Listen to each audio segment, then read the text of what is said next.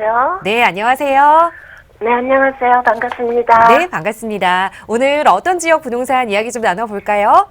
네, 저희가 지방으로 거주를 옮겨야 돼서요. 네. 7, 8년간은 서울을 떠나야 돼서 현재 집을 매도하고 투자 목적으로 재건축 가능한 아파트를 구입을 하고 싶거든요. 네. 그래서 제가 네. 그 양천구 목동 4단지와 네. 그다음에 사당동 대림 아파트하고요. 네. 그 강남 일원동의 푸른마을 아파트 세 군데를 봤어요. 그래서 향후 어느 쪽이 나은지 제가 잘 판단을 못할 것 같아서 전문가님께 여쭤보고 싶습니다. 네, 알겠습니다. 이제 거주지를 지방으로 옮기시면서 투자 목적으로 접근을 하셨기 때문에 지역적으로는 조금 차이가 있네요. 우선 네. 목동의 4단지 아파트, 그리고 사당동의 대림 아파트, 또 강남 일원동의 푸른마을 아파트까지 이렇게 세 곳을 보셨고 전세를 끼고 갭 투자를 좀 하겠다 이런 마음이신 거죠? 네, 그리고 매수 시기도 좀 여쭙고 싶어요. 알겠습니다. 언제 그 투자 시기로 들어가면 좋을지까지 한번 살펴보도록 할게요. 자, 네. 이사님께서 열심히 검색하고 계시는데요. 자, 인사부터 나눠보세요. 네, 안녕하세요. 안녕하세요. 네, 반갑습니다. 네, 반갑습니다. 네, 지방은 뭐 어느 쪽으로 가시는 거예요? 저희 동탄 쪽으로 갈 것 같아요. 동탄이요? 네. 네, 지방도 아니네요, 뭐 그럼. 알겠습니다. 그래서 좀 장기적으로 좀 떠나 있어야 되니 그래서 이제 좀 네. 장기적인 관점에서의 투자처를 고민하고 계시는 거예요. 네. 일단 뭐 지역이 다 뭐 근접한 지역이 아니니까 아파트별로 한번 좀 구분을 해봤고요. 네. 각각의 장단점을 한번 좀 따져보죠. 그렇게 됐을 때 장점이 더 많이 있는 것을 선택하는 게 합리적인 선택이 될 거니까요. 네. 목동에 대한 호재는 목동 4단지 같은 경우는 뭐 누가 뭐래도 목동에 대한 호재다? 그런 첫 번째로 생각을 하시는 것들이 다 재건축이 되는 거고요. 네. 재건축에 대한 사업성을 보자라고 하면 뭐 진행되는 어떤 시점, 시간적인 문제는 있을지언정 서울에 남아있는 재건축 단지주들 중에서 대지 지분율이 높기로 두 번째가라면 서러운 아파트들이 이제 목동 단지 아파트들이에요.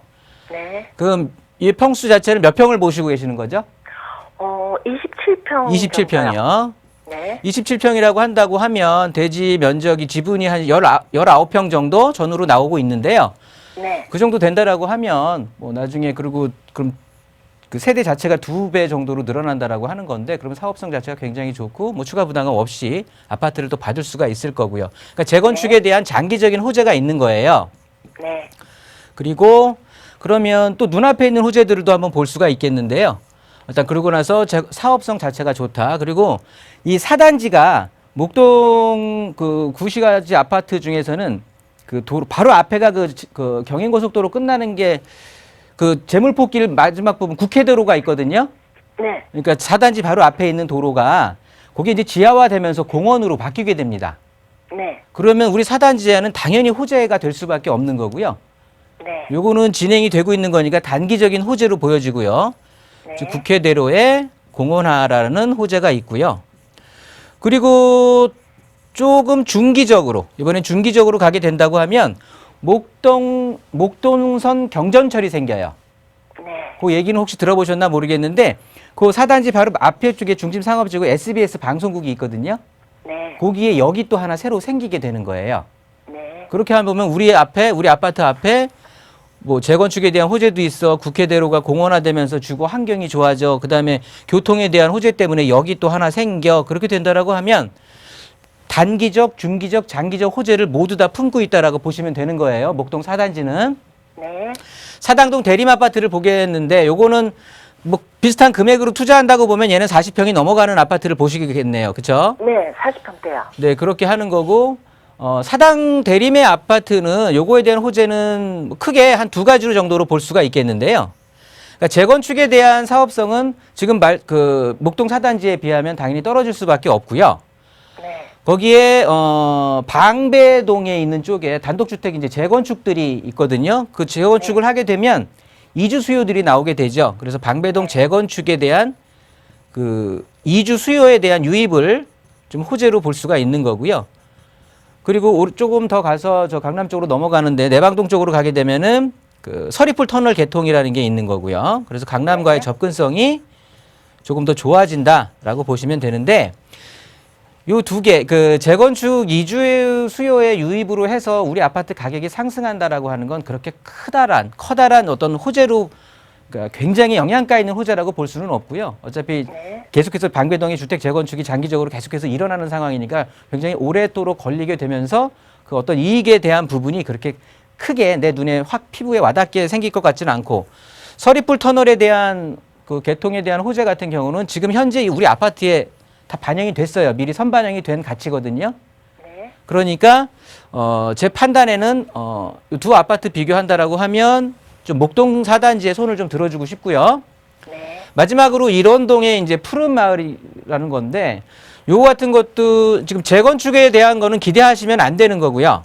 네. 용적률 자체가 너무 꽉꽉 눌러서 졌기 때문에 이제 리모델링에 대한 호재가 있는 거거든요. 네. 리모델링에 대한 호재라고 한다면 당연히 집이 새 아파트로 바뀌게 되면서 수직 증축을 통해서 새 아파트로 바뀌면서 내가 추가 부담금이라는 걸 내야 되는 거예요. 네. 네, 추가 부담금에 대한 말 그대로 부담은 조금 존재하는 거고요.